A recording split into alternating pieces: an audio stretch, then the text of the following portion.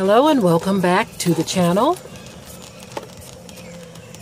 I'm going to go up here to a place where I can have just a little bit of quiet to say what it is I have to say. Lately I've been trying to steer clear away from the animals area because it is very noisy over there. Between the geese clacking and all of that other stuff and the, the ducks and all of this animal noise. I have to come over here where it's quiet. Nothing much going on over here, so I could say what it is I have to say. Well, I'm going to be talking about the fact that most people have almost no control over their minds or their thoughts because there is literally a battle for our minds that we don't even see, nor do we realize.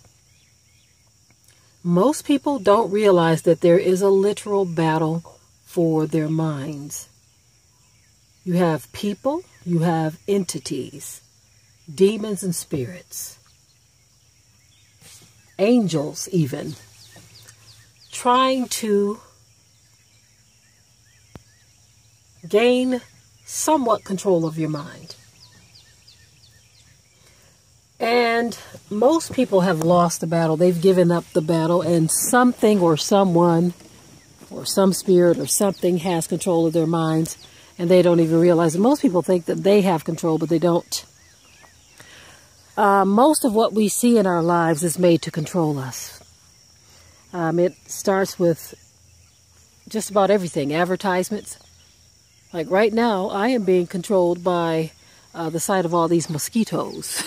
Okay, but anyway, that's not what I'm trying to talk about here. There are a lot of mosquitoes out here, so I'm not going to be out here too long because they love blood. They love flesh. But anyway, most people have given their minds over to something outside of themselves.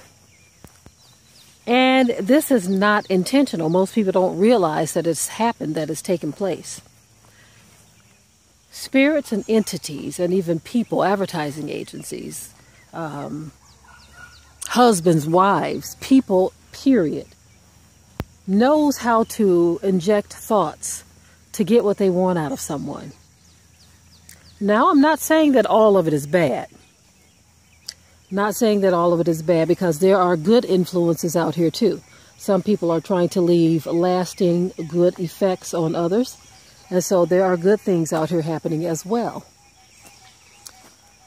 Okay, we got little pears forming on the tree here. Since I'm out here in nature, I just wanted to share that, I guess. Some more over here. But not everything or situation to where your mind is being sought after. Not every situation is a bad situation. There are some good things that can enter into your mind space. Okay? Good things. But what you allow is up to you. Some people don't realize what's happening, and they're letting any and everything enter into their mind space. Any and everything. I know it seems like I'm talking kind of slow here, but I'm talking and walking and observing at the same time. Okay. But anyway, the majority of people in this world, their thoughts are governed by something that's not good. And this is why you see such chaos in the world, because most people don't know how to arrest their thoughts. Many of you have heard me speak about that before, arresting your thoughts. What is arresting your thoughts? Arresting your thoughts is bringing into captivity your thoughts. You have to bring your thoughts under captivity. What does that mean? For those of you who don't read the Bible, that simply means that if you have a rogue thought in your mind, or a wayward thought, or an evil thought, or a counterproductive thought, a thought that's not good for your body, your soul, or your mind, if you have such a thought, what are you supposed to do with it? You're supposed to bring it into captivity. You are not supposed to allow that thought to dominate in your mind space. And see, that's the problem. Most people don't bring their thoughts into captivity. So therefore, when a thought enters in that should not be there, that thought is allowed to run amok. And many times the outcome of those thoughts are something bad. And so when you don't understand that there is a literal battle for your mind, when you don't understand that there's a literal battle for your mind, you won't arm yourself properly with the right thoughts. Most people do not arm themselves properly with the right thoughts. And so therefore a thought enters into their mind. They don't know where it came from. Neither do they try to figure out where it came from. Some thoughts are put there by evil spirits. Some thoughts are a result of something you've encountered, someone you've talked to, you've touched, a song you've heard, something you saw in a movie. But what do you do with those thoughts? Do you allow every thought to just run amok? There are literally thoughts that can enter into your mind that could make you instantly depressed. I've had that happen. Many have. There are some things that you can think about them at this moment, and it will cause instant depression. So what do you do with that thought? Do you keep pondering on it, which is a form of meditation? Or do you bring it into captivity? When you bring a thought into captivity or arrest a thought, this is when you confront it. You confront that thought and you say, you know what? I don't have time for you. I have no space for you. You cannot and you will not dwell here. So you kick that thought out. But whenever you kick out a thought, you have to replace it with something else. Something that's good, lovely, honest, and of a good report. Something that's positive. You cannot allow yourself to ponder on anything that is going to bring you down mentally or spiritually. We are starting to see an increase in people who have allowed their thoughts to just run amok. It's been in the movies for as long as we can remember. They've told us that these are things that have happened to people. Many of these stories or these movies are based on true stories. Like there's a movie out now, I believe, where a guy is literally telling you, look, something evil told me to do this horrible, horrendous thing to people. This is what the guy is saying in the movie. There was a recent situation where a guy said that some evil spirits told him to take the lives of many people. And so you got to understand those thoughts. See, people think that this is just something that pops in your head. No, there is an invisible being that's actually there to manipulate your mind, trying to control your actions through a thought, because you don't know how to arrest your thoughts and bring them into captivity. It starts with something small. Sometimes you can be overrun with thoughts that may seem harmless, something so very simple. But when you look at it, when you go beyond what's on the surface, you soon realize, no, this is not an innocent thought. This is a thought that needs to be dealt with head on. It needs to be brought into captivity. This is what we need to do. We need to learn how to analyze our thoughts, understand where they come from, why they're there, who put them there, and why you need to get rid of it if it's not going to be helpful to you. Many times when a person suffers from depression, this is because they allowed their minds to just slip away. Think about it. If you are a person who suffers from depression, you have literally allowed your mind to slip away. Meaning, whatever thought whatever depressing thought that enters in, you are entertaining it. You're doing nothing to get rid of it. You are allowing it to dominate your mind.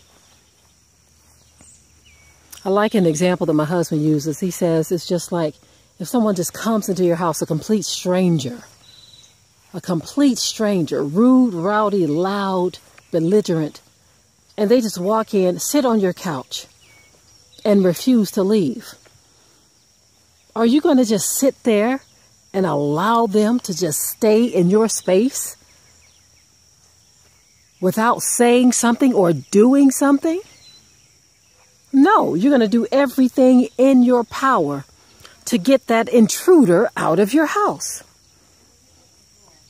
So then why then do we allow our minds? Why do we allow our minds to be overtaken by something outside of us? Why? We should not allow our minds to be overtaken either. When you have a thought that shouldn't be there, any negative thought, and it's making you feel some kind of way, whether it's angry, extreme anger, because there is a time to be angry, okay? Some things call for it. But the Bible says, be ye angry and sin not. But there's a time to be angry. But if you have a situation where a thought is causing anger, stress, bitterness, strife, frustration, depression, or something even deeper and darker than that, are you going to let that spirit just sit up in your mind, like the example of someone just coming to sit on your couch? Why would you allow that spirit to just come and sit and rest in your mind, dominate your thoughts, and cause you to think on things that are not healthy for your mind, body, or soul? Just like you would put out a physical person, you have to put out thoughts as well. That is a beautiful bird perched there on that post. And I just wanted to try to capture that. But, yep, he just flew away. Just flew away. But just like you would get rid of that physical person, thoughts are, I would say, even more important than that. We have no idea just how important thoughts are. And when you allow thoughts to dominate your mind that are not healthy for you, they can affect you in a natural sense as well. So it's very important that we get this and that we understand this. There is a battle for your mind. Are you winning the battle for your mind? Or is there something outside of you? Something outside of you that's actually winning the battle. Don't let it be said that you weren't strong enough. You weren't strong enough to keep control of your mind, but you allowed something outside of you to gain that control and that access. Don't let it be said that way. This is why we talk about and promote meditation so much. Meditation is where you actively engage in what is in your mind. Believe it or not, everyone practices some form of meditation, whether good or bad. When you ponder on evil things or negative things, that's a form of meditation. But when you want to actively engage in spiritual meditation that is going to shape your mind and your thoughts and your life, that's when you take control and you actively participate in what's going to go into your mind. And you kick out anything that doesn't belong there, as if it was a rogue stranger that broke in. If you ever have a thought that you know doesn't belong in your mind, actively engage in bouncing it right out the door. I am done with this video. The mosquitoes are out, so it's time for me to skedaddle. I want you all to know that I love you. I thank you for taking this walk with me. I hope that I've said something that can be of help to anyone who is battling in their mind and trying to figure out how to gain control and how to flood your mind, not just fill it, but flood your mind with things that are positive and good and rich for your soul. With that, I'm out.